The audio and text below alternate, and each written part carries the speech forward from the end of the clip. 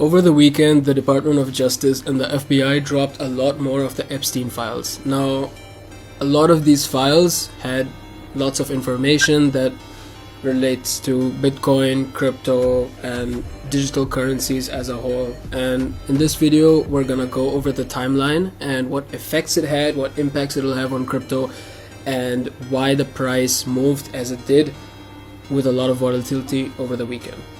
So let's get into it. This email shows the Bitcoin white paper release wasn't a grassroots accident. It was a coordinated project between Epstein and Maxwell using the Satoshi name as a front.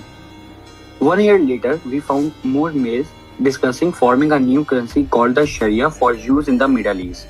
These documents show a long-term pattern. Not only was he involved in the funding of Bitcoin in 2008, but by 2016, he was still in direct contact with the founders to launch new digital currencies in the Middle East.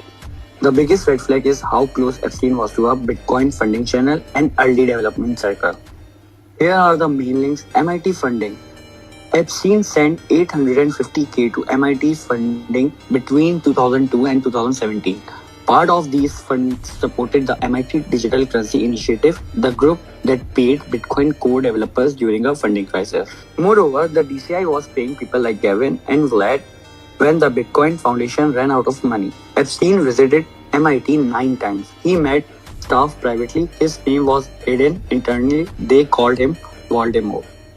Later down that timeline, in the year 2017, there was the Manhattan meeting. Now, this was a really crucial meeting at Epstein's mansion on his island, and it took place between Brock Pierce, the early Bitcoin investor and the co-founder of USDT, Tether, Larry Summers, the former US Treasury Secretary, and Steve Bannon. Steve Bannon was also crucial because Steve Bannon was a key advisor of the White House.